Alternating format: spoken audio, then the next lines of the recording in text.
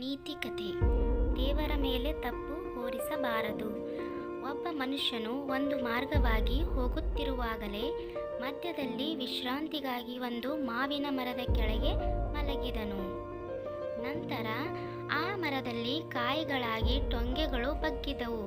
ಅಲ್ಲಿಯೇ ಸಮೀಪದಲ್ಲಿ ಕುಂಬಳ ಬಳ್ಳಿ ಹಬ್ಬಿತು, ಅದರಲ್ಲಿಯೂ ಅನೇಕ ಕಾಯಿಗಳಾಗಿದ್ದವು. ಅದನ್ನು ಕಂಡು ಆ ಮನುಷ್ಯನು, ದೇವರು ಎಂಥ ತಪ್ಪು ಮಾಡಿದ್ದಾನೆ ಎಂದು ಹೇಳುತ್ತಿರುವಾಗ ಮಾವಿನ ಗಿಡವು ದೊಡ್ಡದಾಗಿದ್ದು ಸಣ್ಣ ಕಾಯಿಗಳನ್ನೇಕೆ ಮಾಡಿದನು?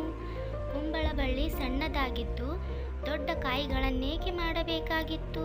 ಕುಂಬಳಕಾಯಿ ಗಾತ್ರವಾಗಿ ಮಾವಿನ ಕಾಯಿಗಳನ್ನು ಮಾಡಿದರೆ ಅವರಪ್ಪತ್ತೇನು ಗಂಟು ಹೋಗುತ್ತಿತ್ತು ಎನ್ನುವಷ್ಟರಲ್ಲಿ ರುಚಿಯಾದ ಮಾವಿನ ಹಣ್ಣುಗಳು ತಿನ್ನಲಿಕ್ಕೆ ಎಷ್ಟು ಉಪಯೋಗವಾಗುತ್ತಿದ್ದವು ಎಂದು ಅನ್ನುವಷ್ಟರಲ್ಲಿ ಮಾವಿನ ಗಿಡದ ಮೇಲಿಂದ 2 ಕಾಯಿಗಳು ಏಕಕಾಲದಲ್ಲಿ ಅವನ ತಲೆಯ ಮೇಲೆ ಬಿದ್ದು, ನಂತರ ಅವನ ತಲೆಯ ಬುಗುಟುಗಳೆದ್ದುದನ್ನು ಕಂಡು, ಅಯ್ಯೋ, ನಾನೇನು ಆಲೋಚಿಸಿದೆ?